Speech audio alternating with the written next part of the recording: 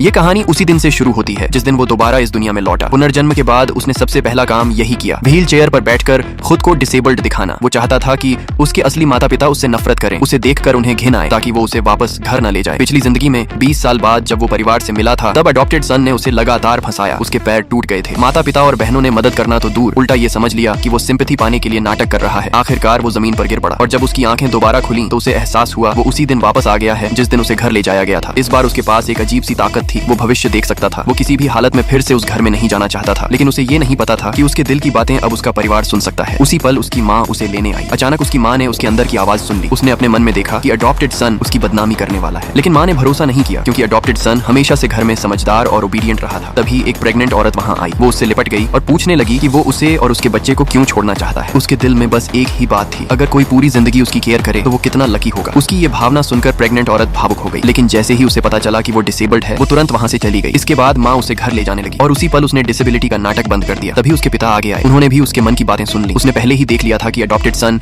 घर से भागने का नाटक करने वाला है। पिता को लगा कि शायद उसका दिमाग ठीक नहीं है। थोड़ी देर बाद वो लोग विला पहुंच गए। अचानक उसकी बहन दौड़ती हुई आई और बोली कि अडॉप्टेड सन घर छोड़कर जा रहा है, लेकिन उसके दिल में साफ था ये सिर्फ एक एक्ट है। उसका सूटकेस पूरी तरह खाली है। घर के सभी लोगों ने उसकी ये बात सुन ली। माँ आगे बढ़ी, सूटकेस को धक्का दिया और सच में वो खाली निकला। पिता ने अडॉप्टेड सन को डांटा और ड्रामा बंद करने को कहा। अपना प्लान फेल होता देखकर उसे मजबूरी में अपने रूम में वापस जाना पड़ा। खाने के समय माँ ने उसकी 3 बहनों से उसकी पहचान करवाई। उसके मन में साफ साफ दिख रहा था उनके प्रोफेशंस क्या हैं और कैसे भविष्य में अडॉप्टेड सन उन सबको फंसाने वाला है, लेकिन किसी ने यकीन नहीं किया। उसी पल अडॉप्टेड सन ने उससे बात की और उसे पहले से पता था वो उस पर दूसरी बहन के कपड़े चुराने का इल्जाम लगाने वाला है। जैसे ही दूसरी बहन कुछ कहने वाली थी, अडॉप्टेड सन खुद खड़ा हुआ और पूछ बैठा कि उसने उसकी बहन के कपड़े क्यों चुराए। तीनों बहनें सन्न रह गईं क्योंकि उसके मन की बातें एक बार फिर बिल्कुल सही साबित हुई थी। इसके बाद वो रूम में गए और उससे पहले ही वो कपड़े वहाँ से हटा चुका था। अडॉप्टेड सन कुछ भी ढूंढ नहीं पाया। माता पिता ने उसे जबरदस्ती घुटनों पर बैठाकर माफी मंगवाई। वो अंदर से पूरी तरह कंफ्यूज था क्योंकि इस जिंदगी में उसका परिवार सच में उसकी परवाह करने लगा था।